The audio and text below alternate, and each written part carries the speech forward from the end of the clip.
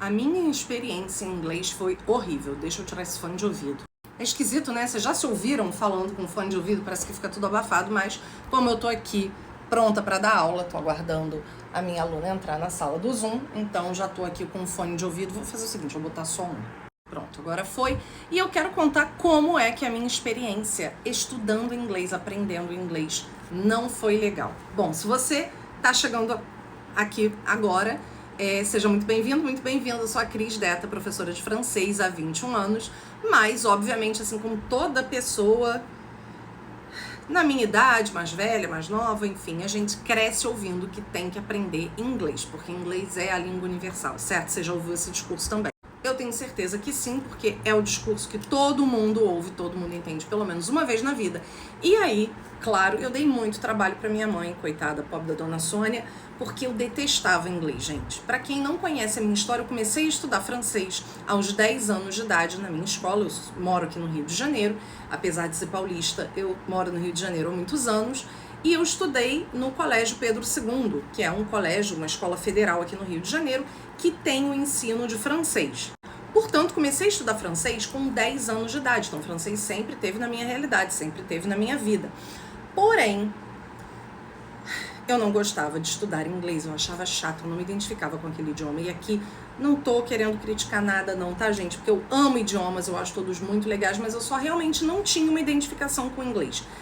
Não sei, me parecia sempre que estava faltando alguma coisa.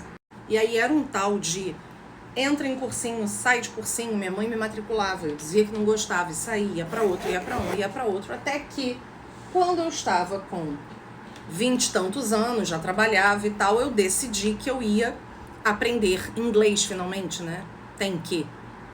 E aí foi quando eu entrei um cursinho tradicional, bom, renomado, aquele cursinho, né?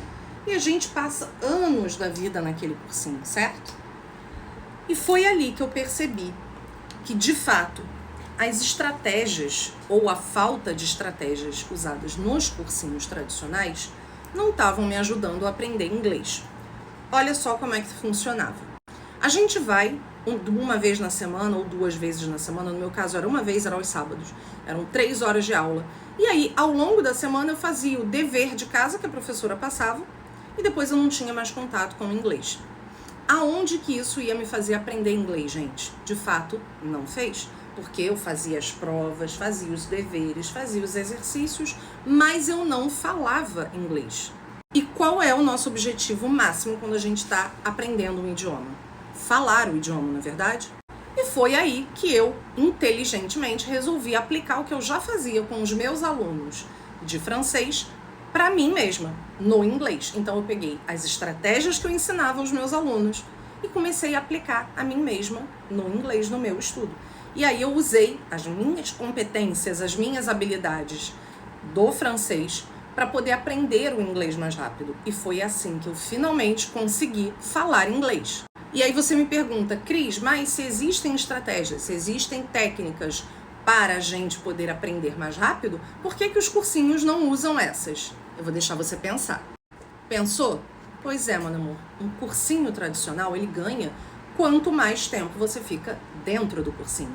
Você paga pelos meses que você fica no cursinho. Então, é claro que todo cursinho tradicional, ele vai querer que você fique o máximo de tempo possível. Pegou? Mas a gente já sabe, hoje em dia, graças a Deus, a gente já conhece muitas estratégias, muitas técnicas e muito da neurociência que vai nos ajudar a perceber como o nosso cérebro funciona melhor, como é que a gente pode aprender mais rápido de maneira mais eficiente. E são essas técnicas, essa metodologia, tudo isso que eu aprendi ao longo de 21 anos como professora de francês, com a minha formação em letras, minha formação, todas as minhas especializações, né, em educação inclusiva, em psicopedagogia, tradução. Qual mais? Deixa eu olhar aqui no muro de diplomas.